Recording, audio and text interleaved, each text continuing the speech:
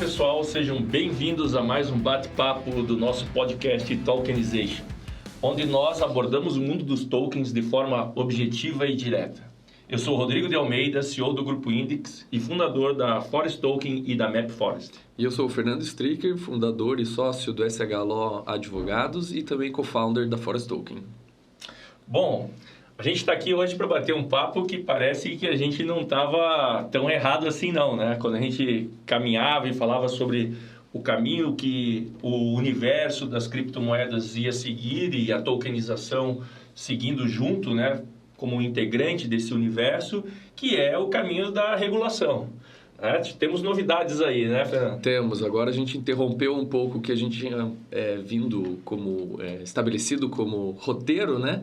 Para justamente deixar um pouco mais o ouvinte situado no mundo de tokenização, para falar sobre a regulação aqui, a aprovação no marco legal das criptomoedas no Brasil, que ainda vai para a sanção presidencial, mas como é uma notícia bombástica, né, muito importante a gente comentar, a gente achou bem interessante trazer para vocês. E eu te confesso que isso acabou me pegando de surpresa, né? A gente já vinha internamente conversando, né, sobre esse projeto de lei, um projeto de lei que tramita desde 2015, né? A gente, inclusive, vai falar um pouquinho sobre algumas coisas que ficaram de fora, né? Porque justamente ele foi meio que aprovado num regime praticamente de urgência pela Câmara dos Deputados.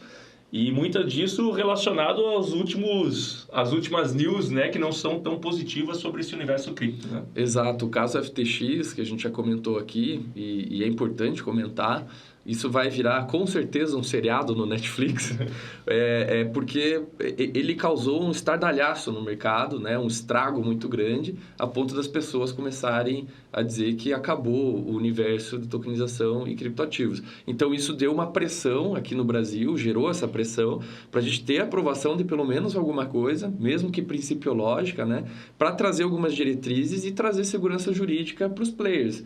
Então assim, o sinal disso tudo foi, olha, está regulado no Brasil de algum modo, né? Claro que ainda vai para sanção, vai demorar aí 180 dias para entrar em vigor, mas o fato é, a gente tem alguma coisa, o Brasil sinalizou positivamente a tokenização em criptoativos, mas com certeza tem coisas faltando. De novo, né? O Brasil, né, a gente é um player que até se colocou na vanguarda, né, desse processo, né? Tanto o próprio Banco Central, quando a gente já comentou, né, dando o start para a criação de uma moeda digital. A própria CVM, né, ela já tinha começado a olhar, né, essas questões que envolviam criptoativos, né, a tokenização, o processo como um todo, já também falando, olha, peraí, vamos ver, deixa eu observar sempre melhor. Com cuidado, né, sempre com calma. Com cuidado maior.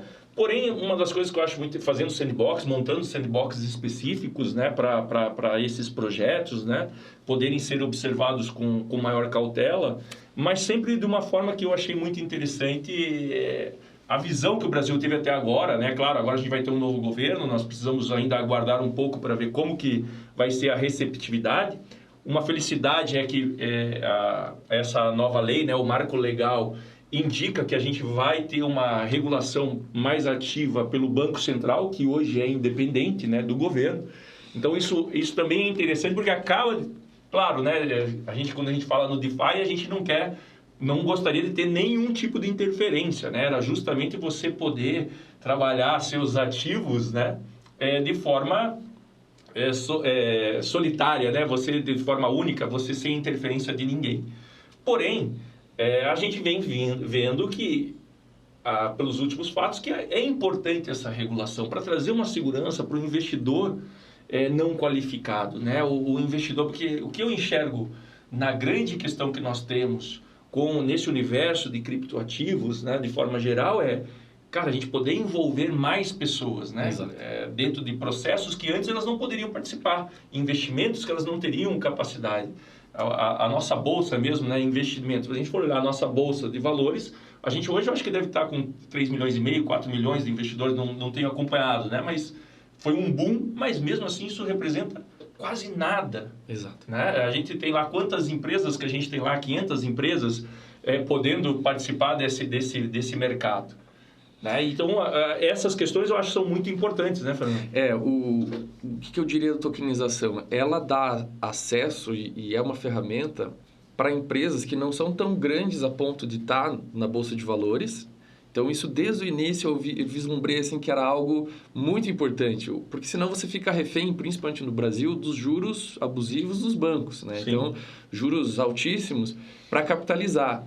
E Venture Capital aqui e tudo mais é algo também relativamente recente no Brasil, né? Você ter as startups e ter esse apoio, esse dinheiro vindo para elas realmente crescerem e a tecnologia ser algo, digamos assim, que proporciona para o Brasil crescer e ser realmente competitivo no mercado global, estrangulava as nossas empresas. Elas não tinham funding como nos Estados Unidos tem, como na Europa tem. Então, assim, a tokenização acaba diminuindo essas barreiras. Sim. É importante você ter a lei do lado para dar essa chancela, digamos, jurídica. Sim, que isso existe, né? Você atrair mais investidores. Exato, também. E trazer esse dinheiro realmente bom, né? Um dinheiro de players bons, de fundos, que precisam acessar esse mercado, mas eles não podem por questões de compliance. Exato, e isso, eu acho que esse lado que você está falando é muito do investidor, né, do ponto de vista do empreendedor, né, na verdade, né?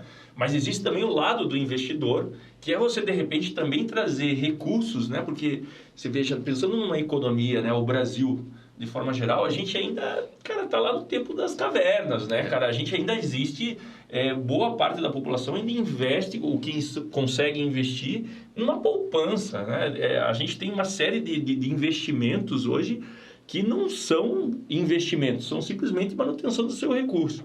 Então, quando a gente começa a falar sobre o universo cripto e a gente falar sobre a tokenização, existem esses dois lados. É a possibilidade de um pequeno empreendedor conseguir multiplicar, ampliar seu negócio. Você consegue também, do lado do empreendedor, fazer com que ele consiga dar mais liquidez para o seu capital, às vezes capitais que não têm uma liquidez imediata, mas existe também esse lado de você conseguir atrair essa grande massa, né, que seria o investidor não qualificado. Só que aí eu vejo muita importância e fico muito feliz com o marco legal, porque, de uma forma geral, ele vem muito focado também para atrair. Proteger, né? E proteger, porque não adianta simplesmente atrair, né? Você veja o que aconteceu com a FTX, né? Dentro disso, de forma geral. Então... eu acho que você tocou num ponto bem importante, Rodrigo. O mercado de capitais no Brasil, ele é muito novo, muito recente. Então, se for lá, anos 2000, as pessoas eram pouquíssimos que tinham acesso a isso. Depois, aí, até um trabalho muito grande e louvável da XP, que conseguiu fazer os cursos, iniciou com a educação, e aí teve todos os assessores de investimentos fazendo isso tudo e pulverizando, democratizando essa informação, e as pessoas conseguindo entender um pouco mais de mercado de capitais para poder investir. Isso hoje até você vê, né? Eu converso, ainda acho que nós estamos muito aqui, eu não tenho o número exato aqui, né? Eu sei que a gente tinha dado um pulo de 1,5 milhão para 3 milhões, eu não sei, hoje eu não sei dizer, mas deve estar mais ou menos... de CPFs, né? De investidores que estão hoje na Bolsa, por exemplo. Mas eu já consigo perceber, hoje qualquer um percebe que as pessoas já falam sobre Bolsa, já falam sobre ações, já tem esse conhecimento. E o que eu enxergo com a tokenização e o mercado cripto, de forma geral, é justamente essa ampliação. É a capacidade da gente conseguir pulverizar ainda mais essa possibilidade. Aí que eu ia falar. Se você for ver, a tokenização, ela vai concorrer, né? Está concorrendo, está criando esse mercado, digamos, também de acesso a investidores e também de empresários. Num mundo parecido com o mercado de capitais, ele até, depois a gente fala um pouco sobre o valor imobiliário ali, mas ele vai acabar amadurecendo no Brasil com essa lei, antes de outros países, e isso que é o ponto que eu queria chegar. Hoje existe uma corrida dos países em regular os criptoativos, porque se você for ver, ele atrai um capital institucional e deixa os outros países de lado. Então, os Estados Unidos é um belo exemplo. Ele tem sido muito rígido e não tem sido flexível nas leis dele lá, enfim. Mas o Biden já tinha feito um pronunciamento lá, um decreto, para suavizar um pouco isso, senão tem fuga de capital do país. Sim. Suíça fez o Vale lá, Crypto Valley da Suíça, para tentar criar ali um atrativo regulatório e financeiro para iniciativas em cripto. E assim, Gibraltar, enfim, outros países que também estão nessa corrida para deixar assim, olha, aqui é um safe place para você colocar a tua empresa e ofertar para investidores institucionais e pode trazer teu dinheiro lá, seus bilhões de dólares, se você quiser entrar nesse mercado. Se a empresa vai entrar ou não, se o fundo vai entrar ou não, é outra questão. Mas, assim, o fato é, a lei traz esse marco inicial, digamos, de amadurecimento. Claro que tem muito a crescer ainda, tem muitas brechas, mas isso tende a evoluir com o diálogo que o Banco Central, a CVM, vão ter com os players do mercado. Eles estão querendo ter esse diálogo. Isso é um amadurecimento natural, vai acontecer. E isso nos leva então, a esse projeto de lei, né, que, como a gente falou, se arrastava desde 2015 e tomou-se essa decisão agora, a Câmara aprovando, está na sanção. Eu acho que era interessante, então, que é esse o objetivo hoje, né, a gente falar um pouquinho sobre para onde que isso nos leva, o que isso é positivo e o que isso também tem os seus pontos, vamos dizer, negativos, né? Claro, eu acho que assim, a unanimidade é de que ele é bem principiológico, ele traz princípios, traz nortes, mas... É um guarda-chuva, na verdade, resumindo, ele vai ser um grande guarda-chuva, ele não entra em detalhes, até porque eu acho que isso vai ser importante no processo de regulação de quem vai ficar responsável, né? Se vai ser realmente o Banco Central que assume essa função, né, de detalhar esse projeto, né, na sequência. Né? Exato. E eu acho que, sim, isso foi um movimento inteligente, ser principiológico. Por quê? O mercado de cripto, ele toda hora cria um nome novo. Então, tinha lá o ICO, depois... o ICO seria o similar ao IPO, né? O IPO. A abertura de uma empresa na bolsa, né? Para deixar um pouquinho mais... Exato. Menos siglas, a Initial Coin Offering. Aí você ofertava uma moeda. Aí tinha uma discussão... Também foi, né? Também teve uma série de questões... De captação e não entregar nada, né? não gerar nada, que também, de novo, né? Teve empresas que deram certo, mas também, se a gente for olhar e analisar isso... num microscópio ali, a gente vai ver que teve muita... Então, aí que eu queria chegar. Você teve o ICO, mas depois ficou mal falado. Sim. Aí o pessoal criou o IEO, Initial Exchange Offering. É uma exchange aqui no meio, está ofertando token pela exchange. Tem uma garantia, começa a ter uma garantia. Mais um player, né? E aí, assim, depois NFT, então... Toda hora tem um trend novo, né? Um hype, assim, que o pessoal tenta criar e dizer, olha, isso daqui é NFT, não é o ICO lá, eu não estou querendo captar irregularmente e te enganar. Então, assim, essa lei brasileira, ela foi inteligente nesse ponto. Ela não entrou nessa sopa de letrinhas, nesse emaranhado de conceitos, porque senão vai, obviamente, chegar a 2, 3 anos, ela vai estar defasada, né? Eu acho que é a função de uma lei geral, né? Então, ela justamente fala assim, olha... A partir de agora, a gente está olhando, agora a gente dá poderes para as nossas autarquias poderem, de uma forma geral, conduzir isso. A partir de agora que eu entendo que entra um ponto delicado, né? Porque vai depender de como essas autarquias vão estar olhando. E isso talvez seja onde começa a assustar, vamos dizer, os mais puristas de um DeFi, né? de um mercado descentralizado financeiramente, né? Que é a influência de governo. Esse talvez seja o maior problema. Porque não é... Uma das coisas que eu acho que é muito importante a gente entender não é simplesmente a questão da influência do Estado. Quando a gente fala Estado, né, é algo maior. A gente tem... O Estado é governado por diferentes governos. Exato. E a preocupação geralmente vai ser essa. Né? Mas, de forma geral, nesse ponto, o que você acha dessa lei geral? Você acha que, por exemplo, corre algum risco... nossos princípios ideológicos, né? Foram afetados. Né? Eu acho que a gente acertou, assim, né, Rodrigo? O que a gente vem falando aqui no podcast está alinhado com esse projeto de lei. Por quê? Porque ele trouxe princípios. Quais princípios? Os princípios que norteiam uma proteção de uma economia, que é o Brasil, no caso, né? Então, nós temos lá... eu preciso evitar pirâmides. Como que eu crio isso? Primeiro, eu tenho que estipular lá que isso é um crime, né? Criar um token para fazer uma captação irregular, etc, etc. Então, vai lá, altera o Código Penal. O que mais? Eu estou preocupado com lavagem de dinheiro. Eu preciso cuidar que esses tokens não sejam um instrumento para corrupção, para lavagem de dinheiro, etc. Então, vamos colocar um princípio AML lá, né? Anti-lavagem de dinheiro, para a gente justamente evitar esse tipo de operação. Sim. Se vai conseguir ou não, a gente não sabe, mas vai ter lá a regra, né? E depois isso vai ser destrinchado pelas autarquias de como isso vai ser exigido dos players. O que mais? Questões tributárias. Então, quanto está girando de tokens nessa plataforma? Quantos milhões ou bilhões de reais? Então, entra lá a obrigatoriedade de notificar o COAF, que é o que o banco já faz lá. Transacionou R$1 milhão, Rodrigo para Fernando. O banco obrigatoriamente tem que informar o COAF. E aí isso vai ser uma obrigação da exchange que tiver rodando. Exatamente. Que até hoje não era uma obrigação. Não era claro. Então, assim, a gente já falou isso, né, Rodrigo? Não tinha uma regulação, um marco legal de criptoativos, mas tinham regras do mercado financeiro. Que já são obrigatórias, né? Então, o que o mercado vinha fazendo, e é o que a gente veio falando nos outros episódios aqui. O mercado vinha imitando o que o mercado tradicional vem fazendo. Por quê? Porque é um standard, né? É um padrão de governança que ele não é aleatório, né? Eu comunicar ao COAF, isso é ruim ou é bom? Olha, isso é importante para evitar fraudes, crimes, etc. Ah, mas eu não queria ter nenhum tipo de burocracia assim. Tudo bem, aí você até... Eu imagino que o blockchain ele vai permitir, ainda vão existir projetos paralelos que vão estar à margem da lei. Isso vai existir. E quem quiser arriscar nesses mercados, talvez tenha um prêmio maior, um lucro maior, mas isso não necessariamente vai ser a tendência do institucional, que é o nosso foco aqui. Eu acho que sempre o importante quando a gente fala, né, no mercado financeiro é a gente entender aonde que a gente quer chegar. Tá? E aonde geralmente a gente quer chegar é que a gente consiga transacionar maior volume de recursos de forma geral.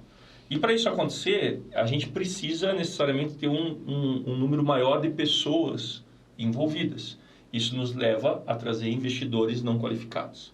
Eu acho que isso é muito importante a gente começar a cada vez entender mais para onde que a gente vai, a proteção desse investidor não qualificado. Né? Por exemplo, se eu vou colocar aqui, se eu vou fazer uma oferta de um token, né? vou transacionar um ativo, vou transformar esse ativo. Como que eu posso levar isso para o investidor não qualificado, né? O investidor comum? E aí o mais importante é, não, legal, o cara pode escolher? Pode. Mas será que ele realmente tem todas as informações para poder tomar uma decisão de um investidor qualificado? Uma coisa é você tokenizar algo e você comercializar isso com um investidor qualificado, um fundo de investimento, seja qual for. Né? Ele tem toda essa relação, essa competência para, de repente, assumir o risco de um negócio ou não.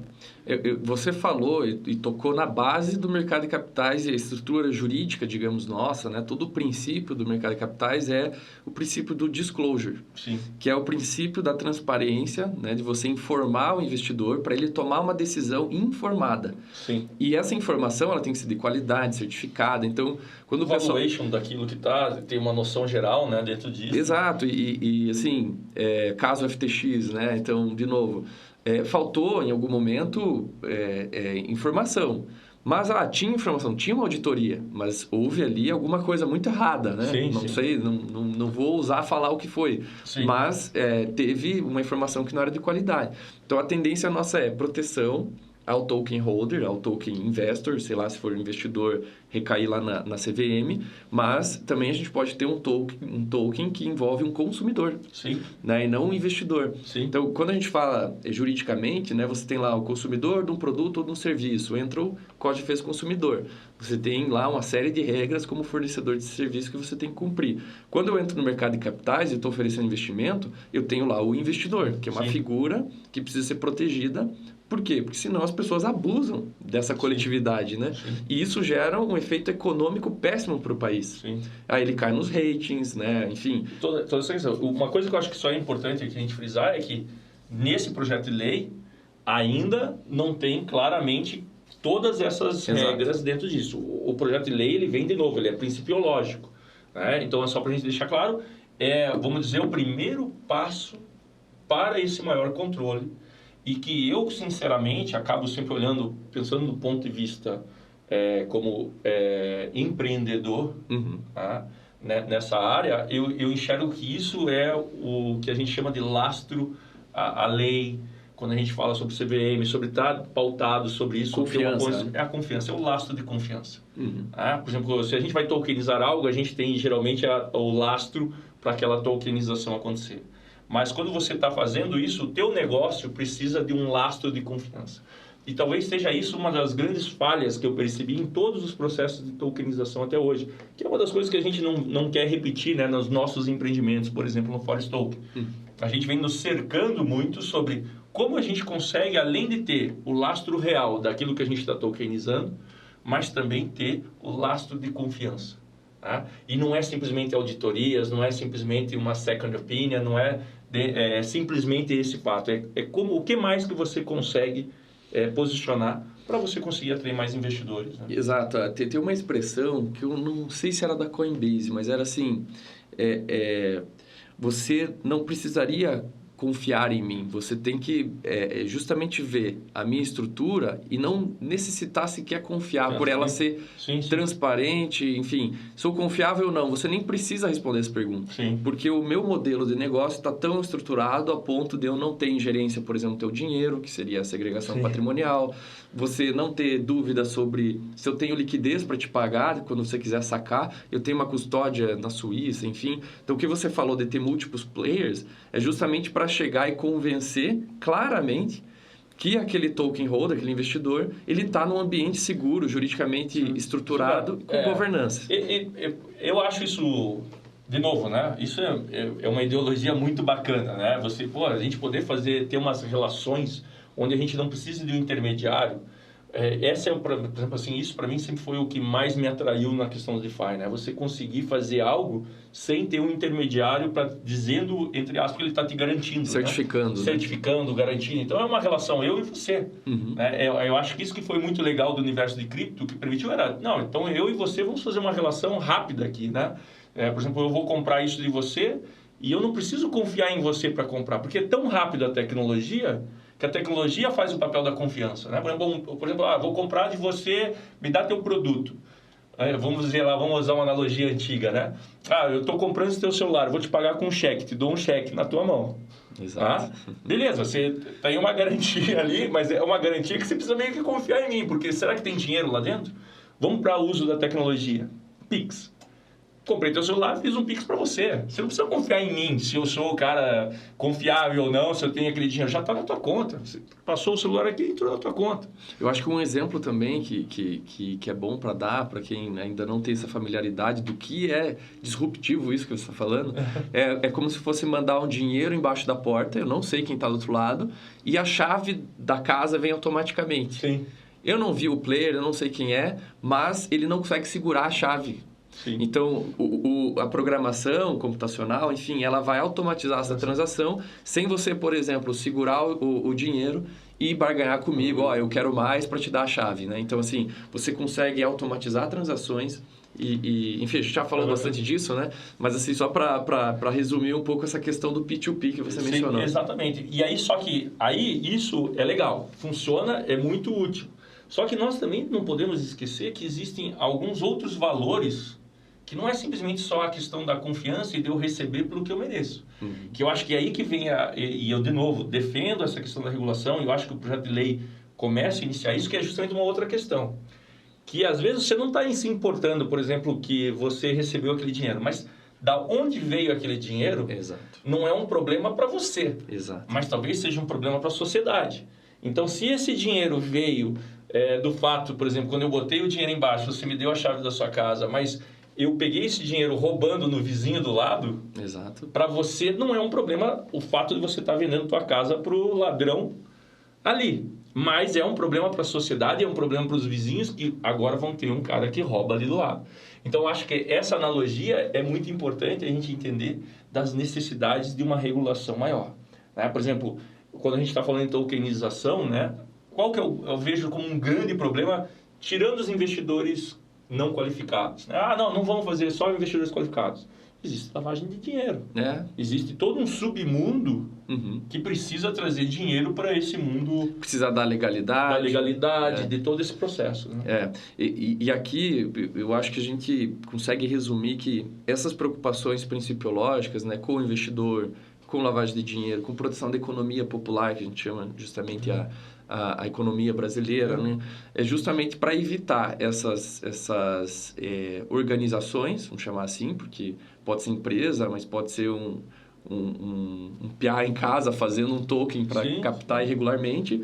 E esses princípios, eles necessariamente vão envolver custos, que eu acho que é o grande medo do mercado. Olha, a regulação vai criar uma barreira, não vai mais dar para eu inovar. E o resumo é qual? O que são esses custos? Vai ter a burocracia, por exemplo, como é que eu compro a notificação do COAF? Eu vou ter que ir lá desenvolver no sistema meu uma comunicação automática, integrar isso com o governo. Como é que eu faço, então, uma transparência? Você vai ter que ter uma auditoria externa, isso vai custar caro, etc. Então, esses custos que vêm acompanhados como uma consequência de um marco legal, eu sempre vi como inevitável. Porque é o preço que a gente paga para ter evolução desse mercado e ter segurança para os investidores. Mas eu até nem usaria a palavra burocracia, porque, cara, eu costumo usar... Burocracia nada mais é que um procedimento não eficiente. Quando a gente tem um procedimento eficiente, e isso a tecnologia pode fazer, que é justamente desburocratizar. Não quer dizer que você não vai ter procedimentos. Simplesmente você tem procedimentos mais simples. Vamos pegar o blockchain, é um exemplo muito claro disso. O blockchain funcionando aqui dentro disso é um grande livro-razão. Que antes, vamos pensar no modelo que a gente tinha no passado, o livro-razão era algo centralizado, que era burocrático, que você tinha que fazer. O blockchain vem justamente, o procedimento é o mesmo, porém, hoje ele consegue fazer a função de um livro-razão, totalmente as mesmas coisas, só que de uma forma simplificada e ágil. Então, eu acho assim, cara, a questão com a lei, assim, esse projeto de lei, eu espero que seja sancionado, a gente possa trabalhar e modernizando ele ao longo do tempo, mas eu acho que ele vai ser algo muito importante, né? Pensando em mercado de capitais, pensando na economia popular, né? De forma geral, que é você conseguir fazer dinheiro circular. Né? A tokenização, eu entendo a coisa mais bonita da tokenização, que eu enxergo pensando num mercado financeiro, pensando dessa forma geral, é a possibilidade de a gente trazer, primeira coisa, a desmobilização de determinados ativos, fazendo com que eles circulem, então dando liquidez para esses ativos. E o mais interessante ainda é você conseguir fracionar isso e permitir que a economia gire. Né? Porque quando a gente tem um dinheiro, algo que é muito importante, quando a gente tem um dinheiro investido em algo, aquele dinheiro está, num primeiro momento, parado, né? Dentro disso. Quando você consegue criar um formato que você pode investir no empreendedor, que você pode fazer, aquele dinheiro gera mais dinheiro para a sociedade, não simplesmente no sistema financeiro. Tá? Não é simplesmente o banqueiro que está ali enriquecendo. Tá? Você tem fomento, né? Você tem fomento, você tem a economia. E eu acho que aí assim eu fico... levo para uma linha mais ideológica, né, dentro disso, de crença mesmo, que eu realmente acredito na beleza disso, que é porque a gente conseguir ter um mundo melhor. Como que a gente vai ter um mundo melhor? Um mundo mais rico. A gente não tem que combater a pobreza, né, dentro desse conceito geral. A gente tem que desenvolver. Pobreza é o estado original do ser humano. Você nasce pobre, você nasce pelado, sem dente e careca. Né? Dentro disso daqui. Agora, o desenvolvimento é a riqueza. E é isso que a gente tem que gerar. E eu acredito realmente que a tokenização é um caminho para isso. Fico feliz com esse projeto de lei. Vamos acompanhar nos próximos programas. O Marcos já está olhando aqui para nós precisamos ir encerrando aqui, Fernando. Não sei se você tem algum eu acho que esse merece um podcast ali, um episódio único, né? Para ir um pouco mais no detalhe. Eu vou só deixar uma brechinha aqui do que a gente vai falar e criticar, né, pontualmente esse projeto de lei, porque, por exemplo, ele traz um conceito de ativo virtual. Isso é arriscado, né? Porque aí você, juridicamente analisando, você tem sérias consequências disso. Ele diz que um ativo virtual é uma representação digital de valor que pode ser negociada ou transferida por meios eletrônicos e utilizada para a realização de pagamentos ou com propósito de investimento. Então, ele trouxe a utilidade para pagamentos, para investimento. O formato do uso desse ativo seria eletrônico. Negociação, mostra que podem ter transações disso. Mas não falou nada aqui, por exemplo, da DLT, né? Da tecnologia DLT, do blockchain especificamente. Então, um ativo virtual, ativo é um conceito contábil, né? Juridicamente é bem. Então, um bem virtual poderia ser, por exemplo, uma milha aérea. Sim. Né? Assim, eu vejo que esse conceito está muito amplo ainda.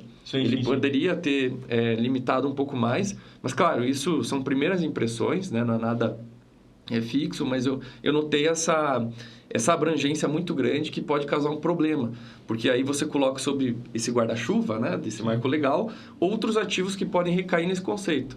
E isso possivelmente vai gerar um problema, talvez seja alterado, enfim. Mas é esse tipo de discussão que eu acho que merece a gente fazer, até para posicionar quem está no mercado trabalhando, ver o que ela tem que se preocupar.